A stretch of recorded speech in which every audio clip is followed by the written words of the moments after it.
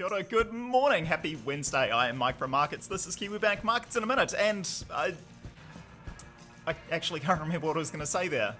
It can't have been important. I mean, none of this is important, really. But anyway, markets in a minute or two. Yeah, right. So big picture styles. The drivers overnight, US CPI data that was mildly disappointing, actually, relative to expectations. But yeah, the number, it's still holding above 2%, and I guess like the metric system and the letter U and soccer and probably a host of other things I can't think of off the top of my head. America doesn't really care about things that the rest of the world employs, or sometimes doesn't.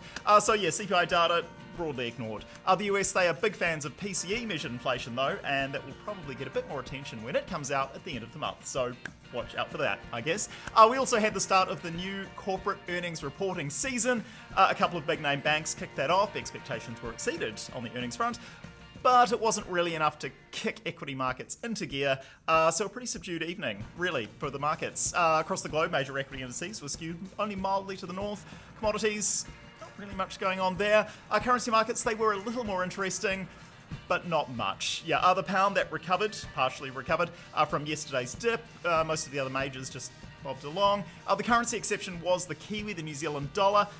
Just not a lot of love for the bird at the moment. It was a little off the pace overnight, trading down toward the 66-cent mark, though that semi-notable level wasn't broken. Yeah, a semi-notable the Kiwi downside level that was broken though, that was the 96-cent mark in the Kiwi Aussie, the COSI.